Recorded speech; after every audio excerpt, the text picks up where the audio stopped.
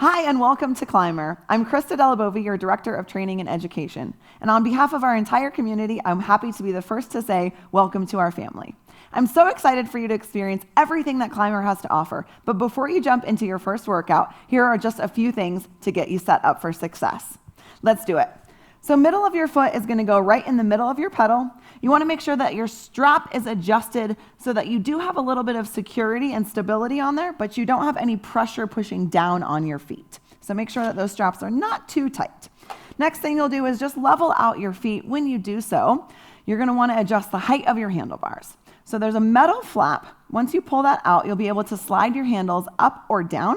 The proper positioning here is going to be when your handlebars are at or just a little bit below your shoulders. So lock that into position and then just double check that both handlebars are at the same height. So now that you're all set up, let's talk about form. Let's get moving. So middle of your foot, again, middle of your pedal. As you drive down, you want to make sure that you're not hitting all the way into the floor. So if you ever find that you're slamming all the way down into the ground, all you want to do, drive your hips back a little bit, create a little bit more space, lock your core in super, super tight, and then just stabilize so that you're not slamming all the way down into the ground. Next thing, we want to make sure that our knees are never going forward in front of our toes. So they're going to be stacked right on top of our ankles as we start to move that body. Now, when we move, our knees come up and down, but our hips are not going to be rocking side to side. So really think about locking your core in super, super tight, stabilizing, keeping your spine nice and long, but not letting your hips shift side to side. So tight through the core, hinge forward. So we want to think about getting our upper body to be parallel with the uprights of the climber. So if you ever find that your arms are straight, you're going to want to just drop your elbows down. That's going to help make sure that you're in that parallel position with your upper body.